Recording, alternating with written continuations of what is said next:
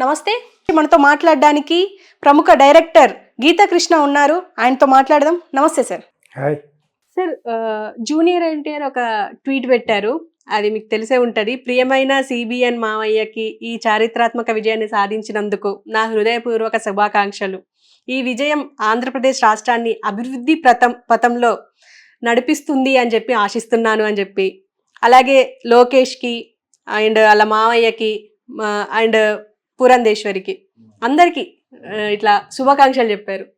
ఏమంటారు సార్? అంటే ఇన్ని రోజులు అసలు ఒక్కసారి కూడా రెస్పాండ్ అవ్వని జూనియర్ ఎన్టీఆర్ ఇప్పుడు ఆయన రెస్పాండ్ అవ్వడం, ఇటు కళ్యాణ్ రామ్ కూడా రెస్పాండ్ అయ్యారు అనుకోండి, కానీ జూనియర్ ఎన్టీఆర్ మీదనే అందరి ఫోకస్ ఉంటుంది కదా. యాక్చువల్గా కొంచెం అతిగాడే జూనియర్ ఎన్టీఆర్, అతి ఎక్స్ట్రా గాడే అనమాట. తెలివితేటలు పెరిగిపోయినాయి. మనం ఒకప్పుడు వార్న్ చేసాం, అడ్వైజ్ చేసాం, పాలిటిక్స్కి వెళ్ళకు నేను లేపేస్తారు, అదేందా నువ్వు నిన్ను వాడుకుని కరివేపాకులో వాడేస్తారు అని చెప్పింది మనమే. ఇప్పుడు మళ్ళీ అతను ఎందుకు అన్నామంటే ఆ విధంగా ఫాలో అయ్యాడు. ఇతను శ్రేయాభిలాష్ అనుకున్న బూతు కొడాలి నాని వీళ్ళందరూ ఉన్నారు కదా, వంశీ వీళ్ళందరూ. సో వాళ్ళందరూ చెప్తేనే విన్నాడు. ఇంకా మనకు తెలియని పేర్లు ఎవరన్నా ఉంటే చెప్తే విన్నాడు. మొత్తానికి దరిదాపుకి వెళ్ళలేదు. నిజంగా నువ్వు ఇంత శ్రేయాభిలాష్ అయి ఉండి అత్త మామ బామరిది అన్నీ చెప్పేవాడు అయితే అంతకుముందు చెప్పాలి కదా. ఎలక్షన్లు కనీసం 1 వీక్ ముందు మీరు గెలుస్తారని హృదయపూర్వకంగా కోరుకుంటున్నాను అని చెప్పాలి. ఎక్కడా కోరుకోలేదే. నువ్వు ఓడిపోవాలని కోరుకున్నావు, ఓడిపోతాను అనుకున్నావు, మళ్ళీ జగన్ వచ్చేస్తాడు అనుకున్నావు. అదే తప్పితే నువ్వు నిజంగా శ్రేయస్ కోరేవాడు అయితే అందుకుని చేయాలి. కొన్ని క్యాంపెయినింగ్ వెళ్ళకపోయినా ఇలా మామయ్య గారు మీరు గెలవాలి, లోకేష్ బాబా నువ్వు గెలవాలి, పల్ల గెలవాలి, బాబాయ్ నువ్వు గెలవాలి, ఇది చెప్పిన ముగ్గురు కూడా భద్రశత్రువులు ఇతనికి. ఇప్పుడు ట్వీట్ చేసిన వాళ్ళు ఎవరు కూడా ఇతను మనమే చెప్పాం, డోంట్ గో టు పాలిటిక్స్, నేను కరివేపాకులకు వాడుకుని వదిలేస్తారు, అది చేత నీకు అది నీ కెరీర్కి దెబ్బ వస్తుంది అని అన్న. ఇప్పుడు గెలిచింది కాబట్టి ఓ మమకారం వాడేస్తే వదిలిపోద్దని వీళ్ళందరినీ ఏమంటారంటే మమకారం కాళ్ళు అనమాట వీళ్ళంతా. ఇప్పుడు ట్వీట్ రూపంలో వచ్చింది ఎక్స్. ఇప్పుడు వాడైతే గొడవ ప్రజల్లో మంచి పేరు రావాలి, కానీ వాళ్ళు అనుకుంటారు ఇటు చూడు ఇప్పుడు ఇచ్చాడని. Okay, if they give bad again మళ్ళీ వాళ్ళు బ్యాడ్ అవుతారు ఎవరు తెలిసింది బాగా మనవాడికి. ఇలా ట్వీట్ ఇవ్వడం వల్ల ఏంటి, ప్రజల్లో మంచి దృష్టిలోకి వస్తాడు అనమాట.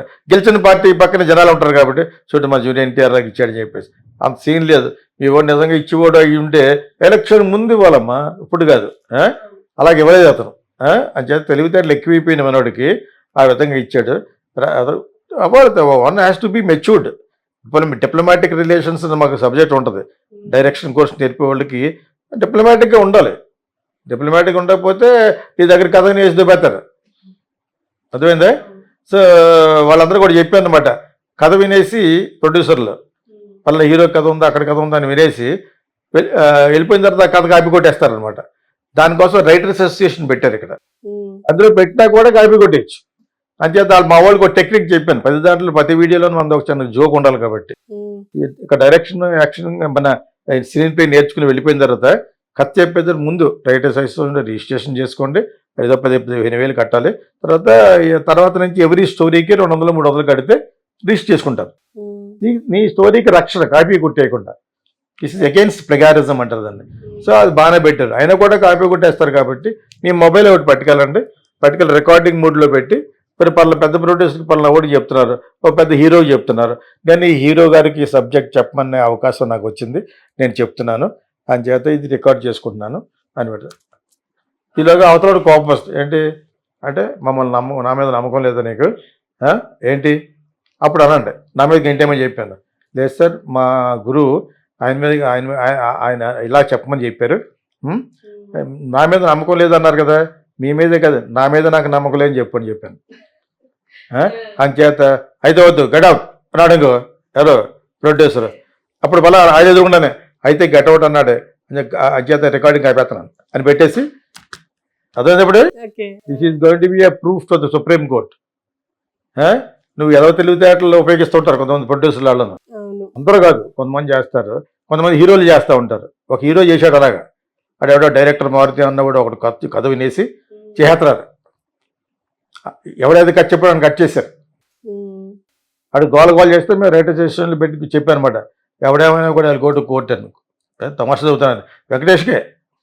వెంకటేష్ సినిమాకి మారుతి అన్నవాడు ఎవడో డైరెక్టర్, అటు పైకి వచ్చాడు లేటెస్ట్గా. ఓకే, వీళ్ళిద్దరు కలిసి కాపీ కొట్టేసి ఒకటి వినేసి వీడిని గంటేసి గంటేయడం అంటే అంత అంత కర్మ ఏంటి మీకు?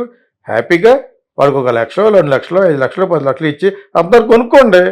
ఆడు ఎందుకు ఒప్పుకుంటాడు? నా పేరు ఏమంటాడు? వీళ్ళు పేరు వేయరు, అంతా ఎలా వేసుకోవాలి పేరు కదా, స్క్రీన్ పే, దర్శకత్వం, మాటలు, వీళ్ళు ఆ పక్కోడి ఈ పక్కోడి అన్ని వాళ్ళ పేర్లు వేసుకుంటారు అనమాట. చేసేది వాళ్ళు ఇంకొకడు.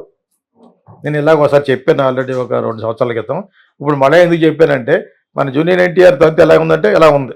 సో చెప్పేది ప్యూర్గా చెప్పే ఉద్దేశం ఉంటే బిఫోర్ ఎలక్షన్స్ ధైర్యంగా చెప్పాలి. నువ్వు అలా చెప్పే సంస్కారం నీకు ఉంటే నువ్వు క్యాంపెయినింగే వెళ్దు. కానీ వెళ్ళొద్దని మనమే చెప్పాము, ఎందుకంటే నీకు భవిష్యత్తు ఉంది, ఎందుకు పాలిటిక్స్ అని. అలాగే మనవాడు ఫాలో అయ్యాడు అనమాట. మామయ్యకి, అత్తకి, బావకి, బొంగుకి, వషారాకి నా శుభాకాంక్షలు చెప్పాడు. అందులో నిజాయితీ లేదు. ఆ ట్వీట్లో నిజాయితీ లేదు. నిజాయితీ ఉంటే ఇప్పుడు ఎందుకు మాట్లాడతాడు? యూ మస్ట్ మీరు ఎక్కడైనా ఎగ్జామ్కి వెళ్తున్నారా, సినిమాకి వెళ్తున్నారా, I wish you all the best అమ్మ అని అంటాం. అదే కదా, అది మన సంస్కారం. ఏం హెల్ప్ చేయలేకపోయినా కనీసం అదనే చేయాలి. I wish you do well అంటాం. ఇక అయ్యేం చేయకుండా అంత అయిపోయి చేస్తేలాగా అంటే ఇందులో చాలా చాలా వితండవాదం ఉంది. చాలా చాలా దాన్ని ఏమంటారు, తర్క వితర్కాలుగా ఆలోచిస్తే చాలా కుతంత్రం ఉందన్నమాట. తెలివితేటలు పెరిగిపోయినాయి మనవాడికి. Junior NTR is a good actor, definite. వెళ్ళొద్దని చెప్పింది మనమే, కానీ ఈ ట్వీట్కి అంత వాల్యూ ఉండదు. ఈ ట్వీట్ వెనకాల వాళ్ళకు ఉండదు వాల్యూ, ప్రజల్లో వస్తుంది. మనోడు బాగా ఇచ్చాడని. అది కరెక్ట్ కాదని తెలిసి వాళ్ళకి. కరెక్ట్ అది ఇప్పుడు ఎందుకు ఇస్తావు, తను ముందు ఇవ్వాలి. That's about junior NTR. As we speak very frankly, my mind and heart. This is going to be a proof to the supreme court. నువ్వు ఎలా తెలివితేటలు ఉపయోగిస్తుంటారు కొంతమంది ప్రొడ్యూసర్లు వాళ్ళను. అందరూ కాదు, కొంతమంది చేస్తారు. కొంతమంది హీరోలు చేస్తూ ఉంటారు. ఒక హీరో చేశాడు అలాగా. అక్కడ ఎవడో డైరెక్టర్ మారుతి అన్న కూడా ఒకటి కథ వినేసి చేస్తారు. ఎవడైతే కట్ చెప్పాడని కట్ చేశారు. అటు గోల చేస్తే మేము రైటర్ స్టేషన్లు పెట్టి చెప్పాను అనమాట. ఎవడేమైనా కూడా గోటు కోర్టు అని. తమాషా చదువుతాను.